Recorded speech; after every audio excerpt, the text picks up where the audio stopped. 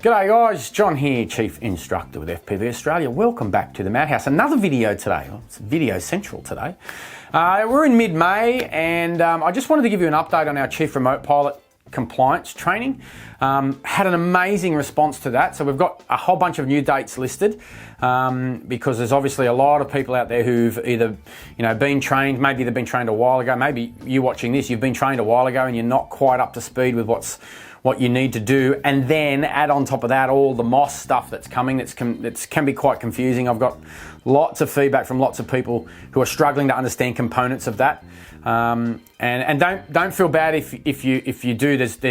I've had people contact me who are long-term operators who know their stuff and still scratching their heads going, hang on, is this actually what I'm reading? So if you're not sure about what you should be doing to remain compliant on your REOC, or if you're about to step into the REOC Chief Pilot's role, or you just want to know that you're doing the right thing, you've got the MOS coming, jump on to one of our Chief Remote Pilot compliance training. It's part of our best practice training series that we've launched. It's the first one of those. There's more coming. Jump online. The dates are all there on our website. Feel free to contact us and have a chat if you like, if you're not sure. There's another video that's linked here that I go through the details of what's in the course. I just wanted to give everybody a bit of an update and wondering how we're progressing. I apologise, some of you couldn't get on the first couple of courses because they're filled out, but we've added more dates now, so do that. As I said, the MOS coming in October. There's been a whole lot of changes over the last sort of few years as well. So, little bits and pieces that have turned up. And there's, Direction 9617 that came out a while ago, and there was a night ops that came out even further back from that, and all the stuff that goes with it.